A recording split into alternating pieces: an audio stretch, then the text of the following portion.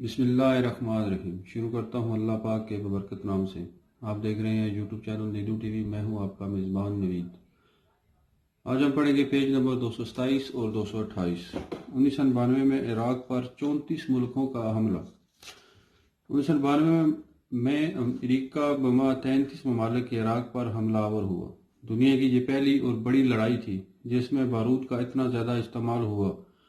حضور قبلہ عالم رحمۃ اللہ نے فرمایا، عراق کا کچھ نہیں بگڑے گا، وہاں پیران پیر صاحب رضی اللہ کی عزت کا معاملہ ہے۔ جو کچھ امریکہ چاہتا ہے نہیں ہوگا۔ عراق کو ایک رات میں مٹا دینے کا امریکی منصوبہ مکمل نہ ہو سکا۔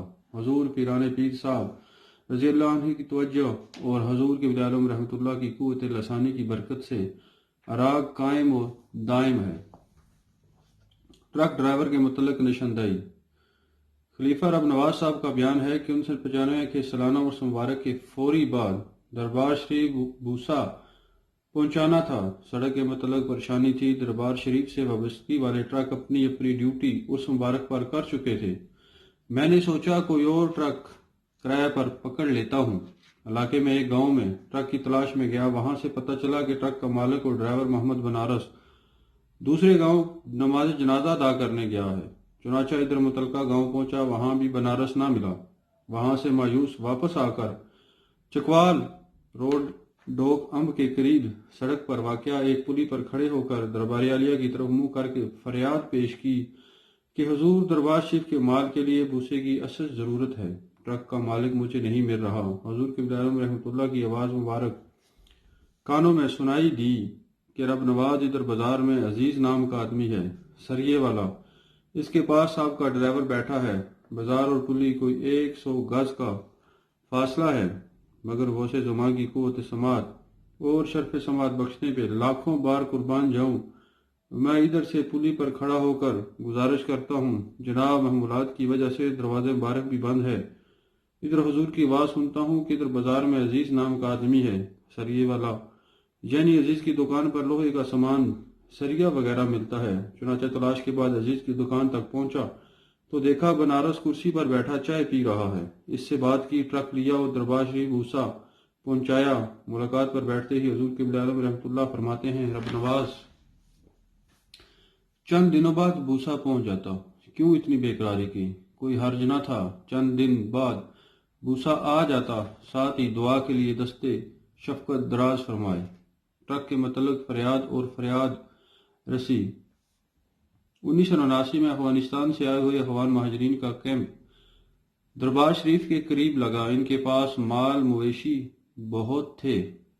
جنگل میں ان کا مال آ جانے کی وجہ سے درباری مال مویشی کے لیے جنگل میں چارے اور گھاس کی بہت کمی ہو گئی۔ خلیفہ رب نواز کا بیان ہے کہ میں نے یونٹ سے چند دن کی چھٹی لی تاکہ دربار شریف مویشی کے لیے بوسے کا ٹرک پہنچاؤں۔ چند جگہ اور ٹرک ڈرائیوروں کے پاس گیا، ہر کسی نے معذرت چاہی۔ بڑی توقع رکھتے ہوئے میں ایک جگہ پہنچا، وہاں سے بھی یہی جواب ملا کہ ابھی چند منٹوں کی بات ہے، ہمارے دونوں ٹرک لاہور کی طرف چلے گئے ہیں۔ سخت بے قراری کی حالت میں آبادی سے ہٹ کر دربار شریف کی طرف منہ کر کے فریاد کرتا ہوں، حضور ٹرک کے سلسلے میں سخت بے قرار ہوں، دستگیری فرمائیں۔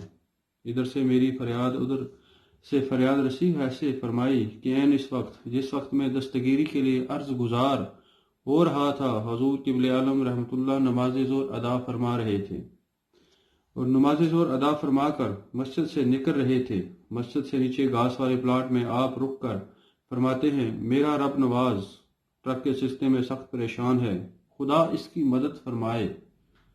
دعا فرمائی۔ ادھر سے ہی دعا کے بعد فرمان جاری ہوا اور مجھے شرف سماحت بھی بخشا گیا کہ میں آپ کا فرمان سنتا ہوں، رب نواز ٹرک کی تلاش میں کوہٹا کی طرف جاؤ۔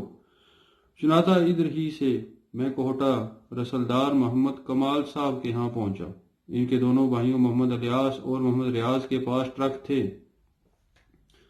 1979 سے لے کر ابھی تک ان تینوں بھائیوں محمد کمال، محمد ریاض اور محمد الیاس کے ٹرک باقاعدگی سے پورا سال دربار شریف پر بوسا، لکڑی اور مال پہنچانے کی ڈیوٹی کر رہے ہیں۔ اس مبارک کے دن بھی انہی کے ٹرک کیمپوں میں لنگر پہنچانے کی ڈیوٹی کرتے ہیں۔ حضور قبلہ عالم رحمۃ اللہ کی زبان حق کے ترجمان سے ان کے حق میں دعا نکلی ہوئی کہ خداوند کریم کے گھر میں ان کا نام بولتا رہے گا۔ اسی دعا کا اثر ہے کہ اتنا لمبا عرصہ باقاعدگی سے ڈیوٹی انہیں نصیب ہے۔ آج کے لیے اتنا ہی، اپنی دعاؤں میں یاد رکھیے گا۔ وعلیکم السلام ورحمۃ اللہ وبرکاتہ۔